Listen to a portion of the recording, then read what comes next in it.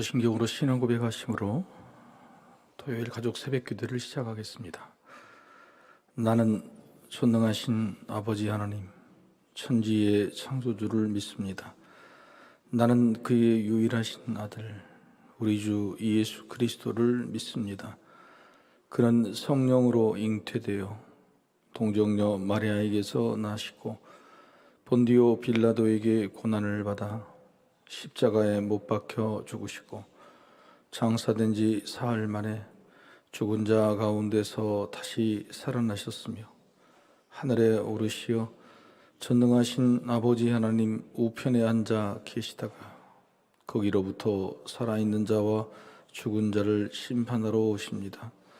나는 성령을 믿으며 거룩한 공교회와 성도의 교제와 죄를 용서받는 것과 몸의 부활과 영생을 믿습니다. 아멘. 기쁨 찬양 413장으로 찬양하겠습니다.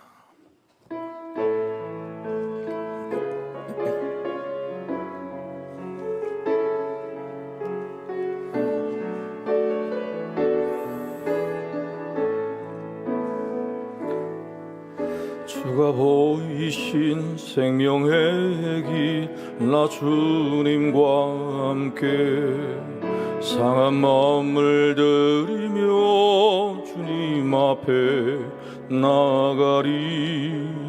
나의 의로움이 되신 주, 그 이름 예수. 나의 길이 되신 이름 예수.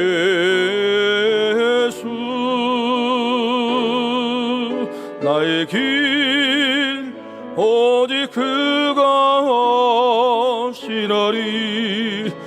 나를 단련하신 후에 내가 정금같이 나오리로.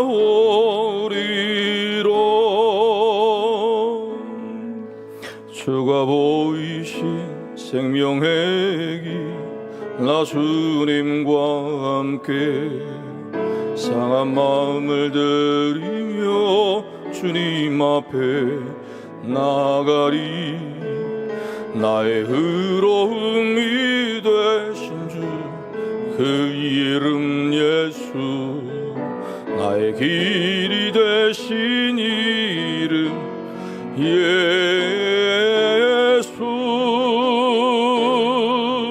나의 길 오직 그가 하시나리.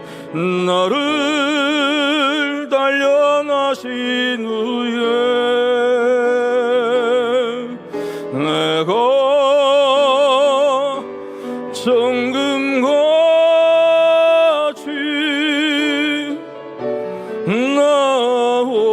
나오리로. 나의 길 오직 그가 하시나리. 나를 단련하신 후에 내가 정금같이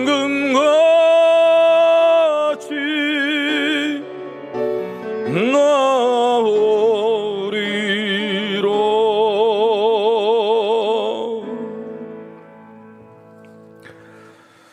이 시간에 우리 조계숙 집사님, 그리고 박상은, 조은아, 우리 아들 내외, 그리고 딸 손녀 박예린, 우리 3대가 오랜만에 나왔습니다. 박예린 우리 7살인데 기도하고 또 가족이 찬양하겠습니다.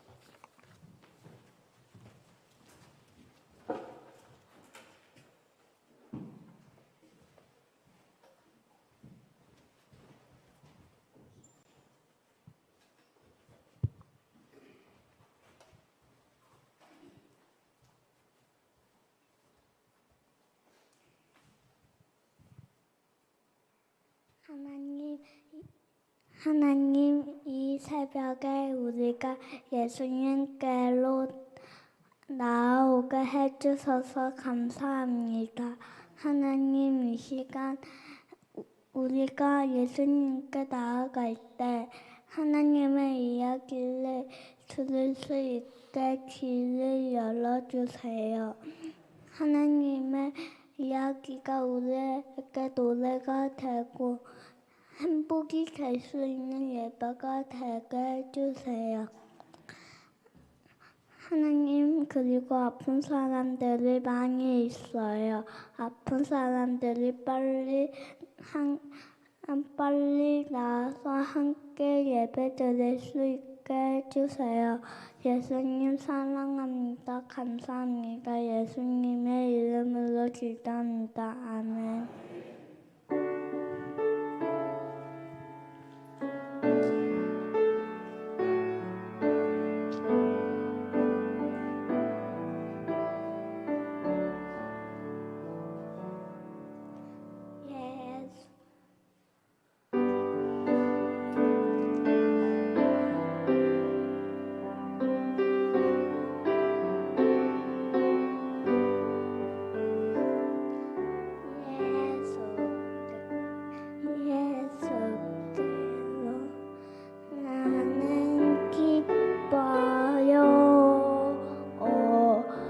걱정 근심 없고 정말 즐거워. 예수께로 가면 나는 기뻐요. 나와 같은 아이 부르셨어요. 예수께로 가면 막아주시고 나를 사랑하사 용서하셔요. 예수께로 가면 나는 기뻐요. 나와 같은 아이 부르셨어요.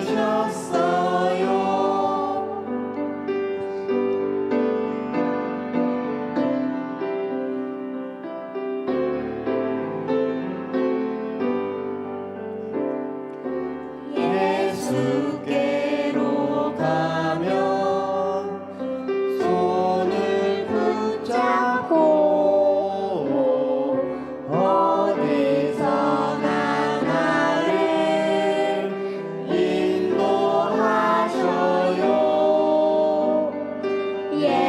예수께로 가면 나는 기뻐요. 나와 같은 아이 부르셨어요.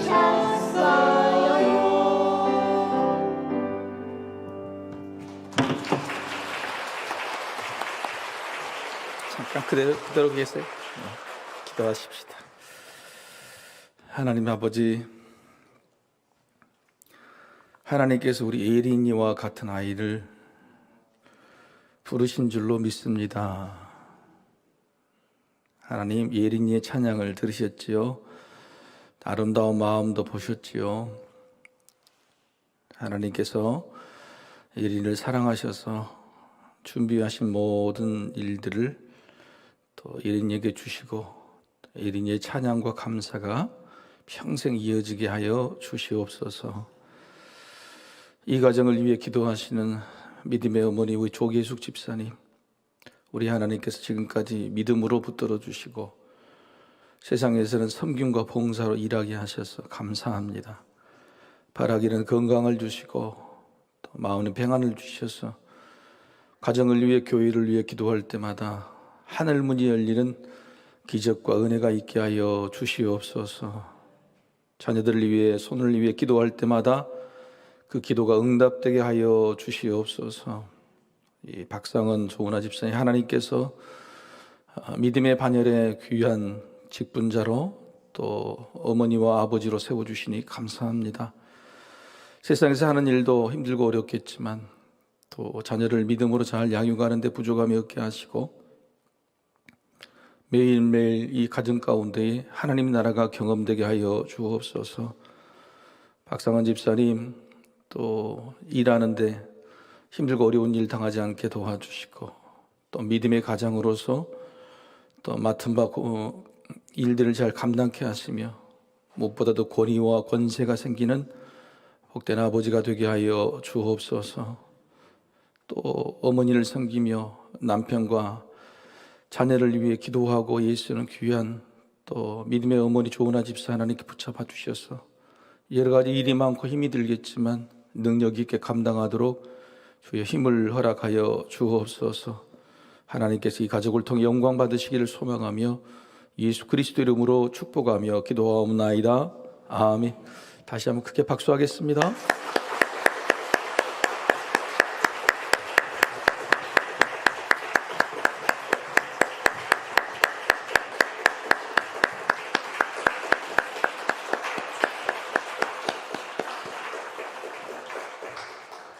이름이 에일이 예수님의 어린이, 그렇죠?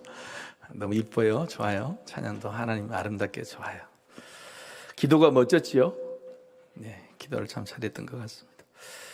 우리 박상은 집사님 우리 교회 청년부 출신, 청년부 임원 출신입니다. 제가 있을 때 같이 사역을 했고 또 우리 박예린 조은아 집사님도 그때 만나가지고 결혼해서 이제 지금 같이 삽니다. 3대가 이렇게 이루고 행복하게 사는 모습 보니까 너무나 감사하고, 또 우리 박사님 집사님은 우체 공무원입니다. 그리고 조은아 집사님은 또 수학 선생님이신데 하는 일 잘 되도록 기도해 주시고, 둘째도 낳아야죠. 둘째 아마 기다리고 있을 겁니다. 둘째를 축복해 주시고, 우리 조계숙 집사님 요양보호사로 일을 하시는데 내 머릿속에 또 기억이 난 게 뭐냐면, 예전에 구역 신방을 제일 처음 했을 때 조계숙 집사님 구역에서 자기 집에서 하자고, 뭐 다른 구역은 대부분 밖에서 자기 집에서 하자고 그래가지고 갔더니 지금도 기억나요. 그 진수성찬으로 가지고 그냥 온 상다리가 부서지게 막 부러지게 이렇게 차려놓은 거 보시고, 아, 저분의 마음이 어떤 마음이구나 그때 있습니다. 그 복을 주실 줄로 믿습니다. 또 우리 쌍둥이 아들 또 다시 돌아오기를 바랍니다. 기대하고 있습니다. 우리 옆에 분 인사하겠습니다. 사랑합니다. 축복합니다.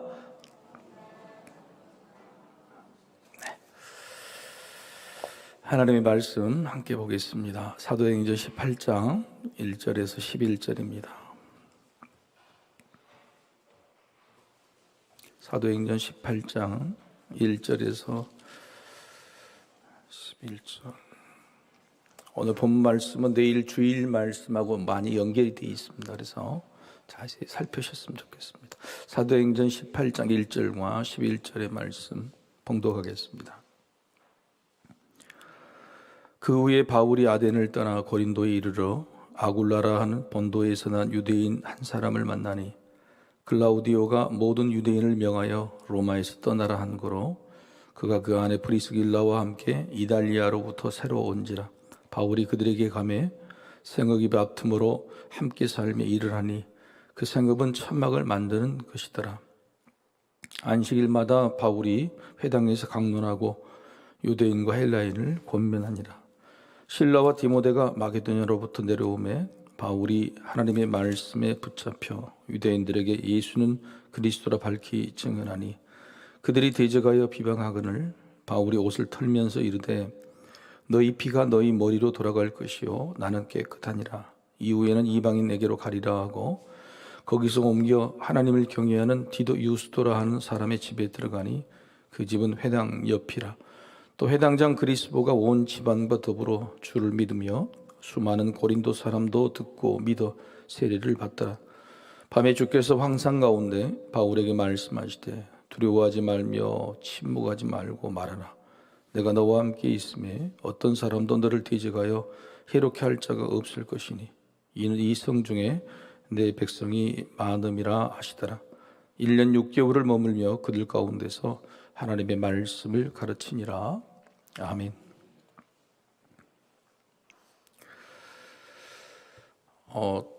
성품이 좋은 사람이 화를 내면 무섭다 그러죠. 네, 아무리 좋은 성품을 가진 사람도 인생을 살다 보면 악이 받칠 때가 있는 것 같습니다. 특별히 일을 열심히 했는데 거듭해서 실패할 때, 또 악한 사람을 연거푸 만나게 될 때, 그리고 아무리 애써도 삶의 풀릴 기미가 보이지 않는 문제 앞에서 사람은 악이 받치고 막 그렇습니다. 아무리 좋은 성품이고 믿음이 좋아도 막 그럴 땐 막 화가 나고 분을 절제하기 어렵죠. 사도 바울의 믿음, 열심 누구보다도 훌륭하죠. 그런데 사도 바울도 이런 믿음과 열심이 부딪히고 꺾일 때가 왜 없었겠습니까? 사도 바울은 1차, 2차, 3차 선교 여행을 했습니다. 한 번 선교 여행 갈 때마다 2년에서 3년씩 이렇게 가니까요. 우리는 쉽게 짧게 보지만은 그 과정이랄지 그 어려움이랄지 이런 것들은 감히 상상할 수 없는 길이죠. 오늘 본문은 2차 선교 여행의 막바지입니다. 막바지 어디를 갔냐면은 아덴, 지금의 그리스의 아테네 수도죠. 저도 가봤는데 정말 험하더라고요. 좋은 역사적인 전통과 문화가 있는데 그런 것들을 살리지 못하고 잘 살지 못하는 나라 같았어요. 치안도 그렇고 온 그 유적에 그래피티라고 해가지고 이런 페인트 칠 아시죠? 그림 이걸로 온 도시 그 유적들이 다 그렇게 만들어 버렸어요. 근데 그걸 정부가 통제를 못할 정도로 이런 상황이 됐죠.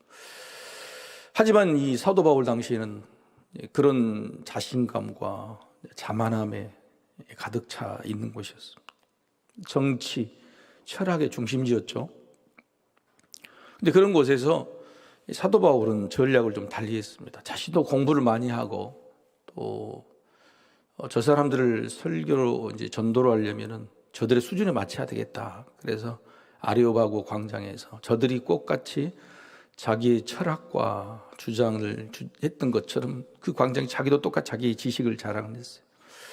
먹혀 들어가 있는 사람도 있었지만은 또 많은 사람들이 반발하고 또 철학적인 접근으로는 쉽지가 않구나. 물론 부활에 관한 이야기를 했는데 접근 자체를 그런 방식으로 했기 때문에 이게 안 되는구나 하는 생각을 해봤습니다. 자신의 역량과 가지고 있는 모든 것들을 동원했는데 나름의 실패라고 생각했던 것 같습니다. 그래서 아덴을 떠나서 오래 있지를 못하고 이제 고린도라고 하는 곳으로 가게 됩니다. 고린도도 제가 가봤죠. 고린도는 아테네에서 한 80km 떨어진 곳이죠. 그러니까 이렇게 생각하시면 됩니다. 쉽게. 아덴은 서울입니다. 서울. 아덴은 서울인데 서울에서 인천으로 간 겁니다. 거의 흡사합니다. 그러니까 인천이라는 항구 도시인데 한 80km 정도 떨어진 인천의 고린도라고 보시면 돼요. 이 고린도는 아덴은 정치와 종교의 중심지인데 이제 고린도는 이 상업의 무역의 중심지입니다. 그러니까 돈이 굉장히 많은 거예요. 돈이 굉장히 많고 또 외지 사람들이 많이 들어오니까 음란과 퇴폐, 타락의 아주 원상이었죠. 자주 말씀드리지만 고린도를 가면은 고린도 볼 게 별로 없죠. 유적이. 근데 박물관이 따로 있어요. 박물관에 가면은 고린도에서 발굴된 유적들을 이렇게 해놨는데 전부 다 음란, 퇴편 그런 유적들이 대부분이죠. 그러니까 유적만 봐도 그러는데 당시의 삶은 아주 얼마나 이런 곳으로 이제 사도 바울이 들어가게 된 거죠. 쉽지 않았죠. 더군다나 여기 먹을 게 풍성하고 돈이 많은 사람들이 복음을 잘 받아들입니까? 안 받아들입니까? 받아들이죠. 힘들고 어렵고 막 그래야 받아들이는데 먹고 살기 좋고 돈 많고 흥청망청 사치와 타락 퇴폐에 있는 사람들은 쉽지가 않은 겁니다. 무엇보다 이곳에서도 같은 동족인 유대인, 늘 사도 바울은 회당에 들어가서 먼저 전도를 했는데 유대인들이 사도 바울의 전도를 아주 드세게 거부를 했습니다. 오늘 본문의 표현이 대적했다 이렇게 대적했다는 말이 쉬운 말이 아니에요. 그러니까 아주 죽이려고 달려들었다 이렇게 생각하시면 됩니다. 그냥 거부하고 거절하는 정도가 아니에요. 아덴은 여러분 그래도 신사적으로 받아들이지 않고 논란했는데 여러분 고린도로 피해서 갔는데 고린도에서는 아예 그냥 대적을 했다. 아주 죽일 정도로 달라들었다. 그 사람이 또 누구냐면 자기 동족이에요. 동족. 외지에 나가서 여러분 미국이라는 나라를 이민을 갔다. 그래서 이민을 가면은 한국 사람끼리 모여 살잖아요. 그래서 교회를 많이 오는 겁니다. 근데 거기 갔더니 그냥 그 동족이 나를 미워해가지고 대적을 했다. 우겨싸움을 했다. 그럼 여러분 살 수 있겠어요?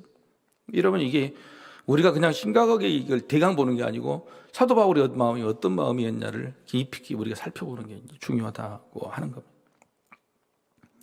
얼마나 이제 사도 바울도 악이 바쳤으면은 6절에 보면은 이렇게 그들이 대적하여 비방하거늘 바울이 옷을 털면서 이르되 너희 피가 너희 머리로 돌아갈 것이요 나는 깨끗하니라 이후에는 이방인에게로 가리라. 이렇게 여러분 이 말을 신학자들은 너무 좋게 해석해. 예수님이 전도여행 갔을 때 복음을 받아들이면 신발을 떨어버리라.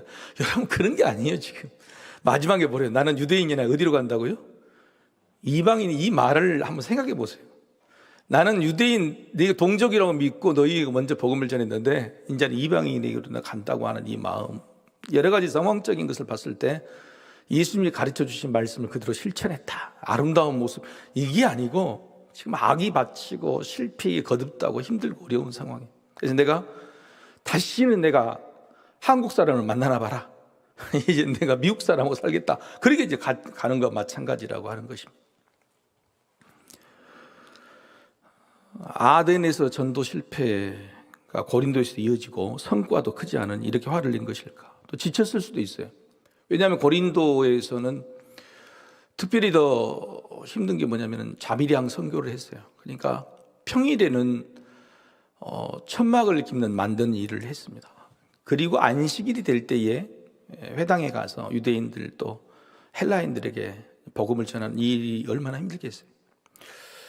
가끔 우리 성도 여러분들에게 죄송한 것이 그런 겁니다. 저희들 교육자들, 교직원들은 주일날 열심히 봉사하고 월요일날 쉬는데 여러분 쉬는 날 와서 일하시잖아요. 그죠? 그리고 월요일날 쉬지도 못하고 또 나가서 고개를 끄덕끄덕 하시니까 제가 또 마음이 더 아프네요. 이럴 때는 A라도 아니라고 그러셔야지. 좋습니다. 근데 그런 마음이 있는 거예요. 아이고, 저 성도님들 오늘 이렇게 주일날 일하게 피곤하게 일하셨으면 지난번에 기쁨 잔치 때도 얼마나 고생하셨어요. 청년들이. 그럼 오늘 좀 쉬고 내일 쉬었으면 좋겠는데 또 오늘 자고 내일 또 일하러 나가셔야 돼요. 이런 마음이 교직원으로는 참 미안한 마음이 있다고 하는 거예요. 이 사도 바울이 얼마나 힘들었겠어요. 반대도 심하고 성과도 나지 않고 평상시에는 자꾸 먹고 살 것을 자기가 준비해야 되고 이러니까 굉장히 힘들죠. 그래서 수많은 신학자는 이런 해석도 합니다. 사도 바울이 만약에 자비량 선교를 포기했다. 그러니까 오히려 도와준다고 하는 교회가 많았으니까 그 도와준다고 하는 교회에서 돈을 받고 전도를 했으면 훨씬 빨리 더 많은 교회에 전도를 했을 수 있다고 하는 건데 그것은 당시의 사정을 잘 몰라서 그렇습니다. 여러분 사도 바울은 지금 전도가 뭡니까? 한마디로 쉽게 말하면 지체말로 맨땅 헤딩이에요. 저 사람이 누군지를 몰라요. 여러분 우리가 있는 상황에서 관계전도라는 게 되잖아요. 관계전도. 그죠? 저 사람이 누군지 알고 친구들에게. 그런데 사도 바울은 모릅니다. 간 곳마다 이방인 아닙니까 자기가. 그래서 저 사람이 누군지를 알 수 있는 방법, 신뢰가 형성이 안 된 거예요. 그런데 그런 데다가 사람들 한번 생각해 보십시오. 저희는 돈이 어디서 생겼는지 맨날 놀고 먹으면서 복음만 전한다. 이 신뢰가 가 있어요. 그래서 저들에게 이 천막을 깁는 것은 뭐냐면 자기의 관계를 만들어가는 거예요. 삶의 터전의 그 일터에서 복음을 전하는 이런 것들을 하려고 자비라 하는 거지 사도 바울이 자기가 떳떳하게 자기가 뭘 만들려고 하는 것이 아닙니다. 왜냐하면 그곳에 가서 무슨 맨땅 갑자기 복음을 어떻게 전하겠어요. 그래서 일터에서 사람 관계가 만들어지고 이렇게 하는 일들을 했던 것이죠. 하지만 그러면 얼마나 더 힘들고 지치겠습니까? 최근에 말씀드렸지만 우리 교회를 포함해서 광주의 전남로에 12개 교회가 교회마다 200에서 300만 원씩 이렇게 각출을 해서 미자립교회 목회자의 휴가비를 지원해 주는 프로그램을 실시했어요. 이게 이제 뭐냐면은 요즘 우리 특히 이게 전라도 같은 경우 저희 노예도 화순, 곡성, 나주의 시찰이 있거든요. 근데 거기 있는 목회자들은 목회자 한 분이잖아요, 한 분. 시골에 가보시면 여러분 아시겠지만은 할머니, 할아버지 한 20분 정도 있고 교회가 힘이 없어요. 그러니 목사님들이 평생 휴가를 못 가셔요, 휴가를. 주일 한 번 빼서 휴가를 갔으면 좋겠는데 힘들고 그래요. 그래서 노예에 힘들고 어려운 교회를 명단을 달라고 했더니 막 2, 30가정을 쫙 주시는. 그래서 제일 먼저 이번에 나주시 차례 4군데에 목사님께 전화를 드려서 휴가비 70만 원 드리고 그다음에 주일에 설교하실 분을 지정해 달라고 그랬어요. 그랬더니 지정을 해주라고, 은퇴하신 목사님. 그래서 그분을 또 그분에게 30만 원 드리고 해서 연결해 드렸더니 목사님 한 분이 그렇게 문자를 온 거예요. 목사님 너무 고맙습니다. 제 평생에 천육아를 갑니다. 그분이 목회하니까 30년 했는데 그 말을 듣고 내가 막 눈물이 나더라고요. 내 평생에 천육아를 갑니다. 이게 이 마음인 거예요. 여러분, 이게 이런 경우가 너무 많은 거예요. 여러분, 이 개척교회, 시골 여기는 좁은 상가교회도 얼마나 그게 힘들겠어요. 자녀들이 남들처럼 휴가 가자 그래도 못 가는 거예요. 그런 일들을 하는 겁니다. 지칠 때 쉬어야 되는데, 지칠 때 다시 채워야 되는데, 실패와 피로가 겹친 사도 바울, 지쳤고 다시 채워져야 되는데 도리가 없는 것입니다. 그런데 놀랍게도 오늘 하나님께서 그 일을 해주셨다 그래요. 근데 오늘 본문을 깊이 보면 오늘 우리 그 딸도 엄마가 아마 써줬겠지만 기도문 아빠가 써줬지. 지난주 설교 하나님의 스토리를 기억하고 하나님의 스토리를 나에게 이야기를 들려주세요. 너무 좋은 기도예요. 내가 볼 때는 100점 만점. 너무 그래요. 여러분, 이게 이 오늘 본문에서 사도 바울의 스토리가 아니라 하나님의 스토리를 봐야 돼. 하나님의 스토리가 뭐냐면 한마디로 지치고 너무너무 힘들고 실패하고 악이 받쳐가지고 나 너희들한테 안 이렇게 해놓은 사도 바울을 하나님이 아셨다고 말이에요. 그리고 하나님이 어떻게 사도 바울에게 채워줄까? 힘을 내게 만들어줄까? 어떻게 일어서게 만들어줄까? 그걸 지금 하고 계시는 것들을 우리가 볼 수 있는 거죠. 첫 번째는 뭐냐면 새로운 동역자를 만나게 해주셨어요. 아굴라와 브리스길라는 이런 직장의 천막을 만드는 곳에서 그 유대인, 아주 신실한 유대인을 만들어요. 여러분, 아굴라와 브리스길라는 이 대단한 사람이에요. 로마에 살다가 쫓겨난 사람인데, 브리스길라는 아굴라와 달리 이 신학자들이 귀족 출신이라고 그래요. 그러니까 귀족 출신에 있는 이방인인데 유대인 가난한 사람을 만나가지고 우리가 또 로미오와 줄리엣처럼 그리 만난 거예요. 그래가지고 여러분, 이제 로마에서 기독교인들이 핍박에서 쫓겨났을 때 여러분 같이 여러분 딸이 못난 남편하고 해가지고 종교까지 들러가지고 쫓겨나게 생각하면 부모가 어떻게 되겠어요? 네 가지 마라, 이혼해라 그럴 거 아닙니까? 근데 이 딸이 그걸 거절하고 따라가 버린 거예요. 나는 저 사람이 좋다, 저 사람이 내 신앙을 낳고 하나님 만들겠다, 이런 거예요. 그래서 브리스길라가 아굴라를 쫓아가지고 여기까지 와서 그 귀족 출신의 귀한 딸이 천막을 깁는 일을 하고 있는 것입니다. 여러분, 이런 신실한 사람을 사도 바울에게 탁 만나게 해주죠. 그리고 이후로는 사도 바울이 이제 전도 여행을 갈 때 아굴라 브리스길라 동행을 해요. 동행을 딱 하는 겁니다. 그래서 그 동역자를 이제 붙여주셨다고 하는 거예요. 여기서 우리가 볼 수 있는 것은 뭐냐면 하나님께서 우리에게 보내주신 위로자는요, 교회에만 있는 것이 아니다. 여러분, 삶의 터전에 세상 가운데 여러분 직장이나 가게 옆에도 분명히 있다는 걸 믿으시길 바랍니다. 교회에 오면 없다 그러지 말고 하나님은 도처에 깔아놓기 때문에 거기에서도 나에게 위로자를 찾아야 된다고 하는 것이 그게 중요해요. 두 번째는 동역자처럼 만든 친구들을 보내주셨어요. 친구 중에 제일 좋은 친구는 가족이잖아요, 그죠? 가족. 근데 사도 바울은 결혼 안 했으니까 무슨 가족이 있겠어요? 근데 의붓아들, 양아들이 있었어요. 누구죠? 디모데이죠, 디모데. 그리고 신라. 바울과 바나바가 처음에 전도여행 하다가 둘이 싸워서 갈라졌어요. 그 다음에 바나바 대신에 늘 동행했던 그 동행자가 신라예요, 신라.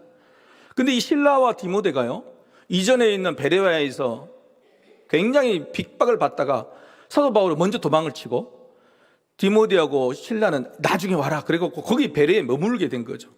그러니까 그렇게 험하게 이제 전도여행을 하다가 상황이 그렇게 된 겁니다. 걱정이 되잖아요. 그래서 사도 바울 편지를 보냈어요. 야, 누구도 어떻게 됐냐? 그랬더니 그 편지를 받고 드디어 이 고린도에 있을 때에 신라와 디모데가 내려오게 되는 거예요. 여러분, 얼마나 힘이 된 거예요. 오늘 본문에요, 신라와 디모데가 딱 오니까 어떻게 회복이 됐냐 한번 보십시오. 5절을 한번 읽어봅시다. 5절. 우리 같이 한번 읽어볼까요? 자, 시작. 신라와 디모데가 마게도냐로부터 내려오매 바울이 하나님의 말씀에 붙잡혀 유대인들에게 예수는 그리스도라 밝히 증거. 이게 무슨 뜻이에요? 내려오니까 갑자기 말씀에 잡혔다. 이게 뭐냐면 하나님이 나를 사랑하시고 나에게 위로를 주시는 거라니까 힘을 냈다고 하는 거예요. 그래서 말씀에 붙잡혀서 다시 용기를 내고 전하고 이런 상황이 있었다고 하는 것입니다. 여러분, 가족이 좋은 위로자입니다. 그죠? 가족이 좋은 위로자 믿으시길 바랍니다. 가족이 세 번째, 포기한 곳 바로 옆에 희망이 있다고 말이에요. 회당에 가서 복음을 전했는데 회당 사람들이 아주 그냥 난리가 났어요. 그래가지고 잡아 죽이려고 그러잖아요. 그리고 이제 신발을 떨고 나옵니다. 그래서 그 옆에 회당에 있는 옆에 집이 옆에 디도 유스도라고 하는 집이 있어요. 이 디도는 유명한 사람이 앞에 등장하죠. 근데 이 사람의 집에 갔더니 회당 바로 옆에가 하나님이 준비해 주신 사람이 있었던 거예요. 그래서 디도 유스도라는 사람을 만나가지고 그 사람 복음을 전하는데 놀랍게도 여기서 무슨 일이 생기는지 아세요? 이 디도 유스도라고 하는 집에 누가 오냐면 회당이 쫓겨났잖아요. 근데 회당에 있는 회당의 회당장 이 그리스보가 이 디도 유스도 친구예요. 놀러 왔다가 회당에서 내가 미안했네. 사람들이 다 당신을 싫어해서 내가 어쩔 수 없는데 사실 나도 예수 이렇게 해가지고 회당장 그리스보고 회심하고 그 가족까지 다 믿게 되는 거잖아요. 무슨 말입니까? 하나님이 맡게 하시면 포기하는 게 아니란 말이에요. 하나님이 요 길로 아니다 그러면은 포기한 게 아니라 그 옆에 길을 보면 돼. 그럼 반드시 하나님 피할 길을 도망칠 길이 아니에요. 피할 길은 옆길이란 거예요. 회당 바로 옆에 놀라운 하나님의 집이 있었고 거기에 길이 있었다고 하는 것이죠. 그래서 하나님이 내가 이 길 가게 하셨다 그러면 분명히 믿으셔야 됩니다. 할렐루야. 믿으셔야 돼요. 하나님이 이 길을 가게 하셨다 그러면 가다가 막히면은 포기한 게 아니라 옆에를 보는 거예요. 옆으로 돌아가게 하시는구나. 옆에가 하나님 또 이 길이 맞는 거구나 하고 그걸 보셔야 되는 거죠. 바로 회당 옆에 디도 유스도 이 집에 해당장 그리스보까지 찾아오게 만드셔서 길을 열어주신 하나님. 그래서 오히려 돌아갈 수 있게 하실 때에 그 돌아가는 길이 더 큰 길일 수 있구나 하고 하는 사실들을 우리가 알아야 된다.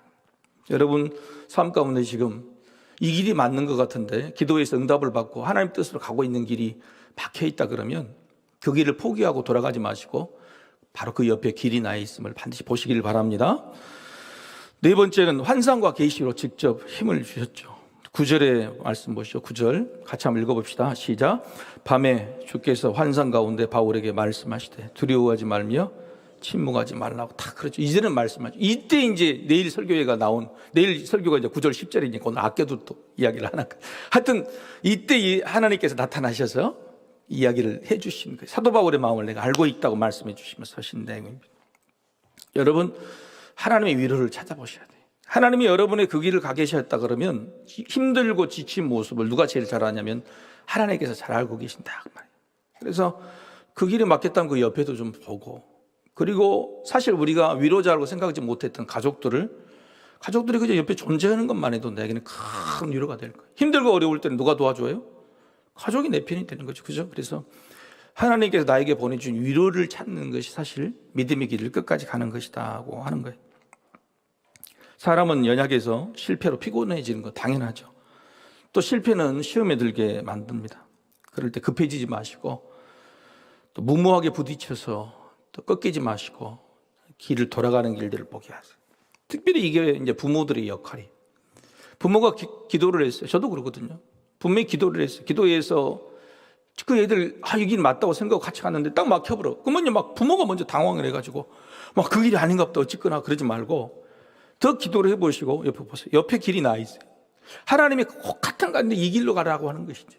왜냐하면 그 길을 가면은 위험하고 넘어지니까 오히려 막으신다. 그래서 그 길을 보고 자녀들에게 알려주는 것이 부모의 역할이다 하는 거예요. 하나님은 이 길로 가게 하셨는데 또 다른 길로 가게 하신 것이지 그만두라고 하신 게 아니다. 믿음의 길도 그런 길이다고 하는 그런 하나님의 스토리를 또 우리가 봤으면 좋겠습니다. 그런 가족들이 되시기를 소망합니다. 네, 같이 한번 기도하십시다. 하나님은 대단하신 분입니다. 하나님은 우리가 힘들고 쓰러지고 지치고 그럴 때 수많은 위로의 방법들을 준비하고 계시죠. 우리가 그 위로의 방법들을 믿음의 눈으로 바라보고 찾아내는 게 중요해. 여기라고 손에 쥐는 게 아니고 적어도 우리의 믿음을 사용해서 그 위로의 것들을 찾아가서 다 힘을 내십시오. 절대 포기하지 마시고 바로 그 옆에 분명히 길이 있음을 보시길 바랍니다. 특별히 여러분의 자녀들 가운데 또 여러분이 아는 성도들 가운데 산 앞에서 강 앞에서 막혀 있는 사람이 있다면 그 옆에를 자세히 볼 수 있는 마음, 여유를, 그리고 그 옆에 있는 난 길을 보게 해달라고 우리 간절한 심령으로 기도하며 나가겠습니다. 주님, 주님, 주님, 주님.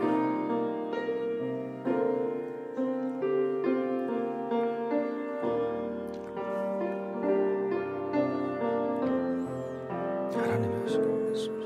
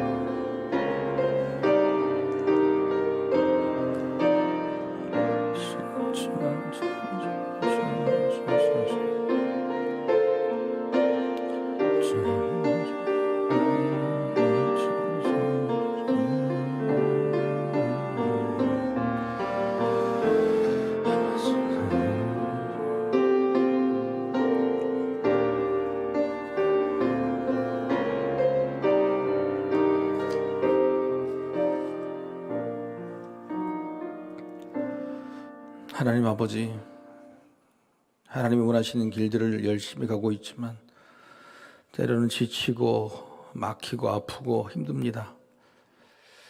이 길이 아닌갑다 생각이 되고 내가 잘못된 길을 선택했는가 후회도 됩니다. 그럴 때마다 하나님 우리 마음을 아시니 우리를 찾아와 위로해 주시기를 원합니다. 믿음의 눈으로 포기하는 것이 아니라 하나님이 나를 위해 마련해 주셨던 힘을 낼 수 있는 그 길, 위로받을 수 있는 방법, 보내주신 사람들을 다시 살펴보게 하여 주옵소서. 이미 주신 복들, 수많은 위로와 능력들을 내가 볼 수 없어서 받아 누리지 못한다면 하나님 우리의 삶이 얼마나 후회스럽겠습니까? 하나님께서 우리를 향해 베풀어 주신 놀라운 은혜들을 오늘 하나하나 다 받아먹고 나의 것으로 삼는 감투스럽게 모든 믿음의 가족들이 되게 하여 주옵소서. 하나님이 주신 것은 나쁜 것이 없는 것으로 믿습니다. 힘든 질병일지라도 아프고 어려운 문제일지라도 반드시 그 길 가운데 하나님이 길을 내신 것들을 보게 하실 줄로 믿습니다. 하나님, 위대하신 하나님, 살아계신 하나님, 그 하나님이 나의 아버지 되심을 고백하는 그 새로운 노래가 저들을 살게 할 줄로 믿습니다. 하나님 아버지, 오늘도 사도 바울의 지친 모습을 위로해 주신 하나님의 스토리를 나의 스토리로 만들어 오늘 각 가정마다 아름다운 찬양의 스토리가, 감사의 스토리가 생길 수 있도록 인도해 주옵소서. 특별히 각 가정마다 믿음으로 하나 되기를 원합니다. 믿지 않는 백성, 믿지 않는 자녀들 다시 돌아올 수 있도록 아버지 인도해 주시고, 저들이 있던 상처가 있다, 아픔이 있다면 하나님께서 먼저 치료해 주시옵소서. 특별히 환우들도 하나님께서 붙잡아 주시옵소서. 포기치 않게 도와주시고 하나님이 주신 놀라운 은혜와 피할 길, 돌아갈 길을 열어주셨으니 그 길로 향해 끝까지 가는 자 되게 하여 주옵소서. 오늘 또 예배 전에 나온 모든 믿음의 백성들 가운데 함께 하시고, 특별히 단기 선교를 준비하는 귀한 우리 성도님, 또 피택 임직의 교육을 임하는 많은 성도님에게도 저들의 새로운 믿음의 역량들이 생겨날 수 있도록 축복하여 주옵소서. 우리 주 예수 그리스도 이름으로 기도하옵나이다. 아멘. 우리 주 예수 그리스도의 은혜와 하나님 아버지의 사랑과 성령이 교통하시고 함께 하심이 엎드려 머리 숙인 믿음의 자녀들 위해, 저들의 가정과 이 교회 위에 이제부터 영원토록 함께 하시기를 간절히 축원하옵나이다. 아멘.